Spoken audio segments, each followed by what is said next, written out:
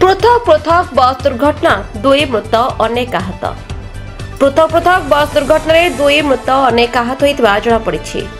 कलाहांडी जिला कोकसरा थाना अधीन 4 नंबर जातीय राजपथ में एक ट्रक रास्ता कड़े छिड़ा होता रघुनाथ नामक एक यात्रीवाही बस पछपटू आसी धक्का देता, जहाँफल बस सामनापट संपूर्ण क्षतिग्रस्त होता बस भितर अनेक यात्री फसी रही।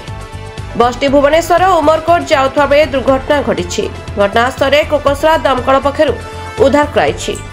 सेहीपरि गंजाम जिला दिगापाणी थाना अधीन लक्ष्मीनारायण छक निकट में बीणापाणी नामक बस भुवनेश्वर तुरुबुड़ी जाउथवा बेले हठात बसटी भारसाम्य हराई एक यात्री विश्रामगार को धक्का देता, जहाँफल यात्री विश्रामगारटी संपूर्ण भांगी जाइथवा बेले बस चालक चापी होई रहिथवा बेले पुलिस द्वारा उद्धार कराई डाक्तरखाना को पठाई दैथवा बेले डाक्तर सेठरे मृत घोषणा करथिले। मृतक ड्राइवर जनक घर जंकिया दिवाकर बेहरा बोली जमापड़ी। Kalahandi Satyabrata Samal report the Republic Odisha 24 news.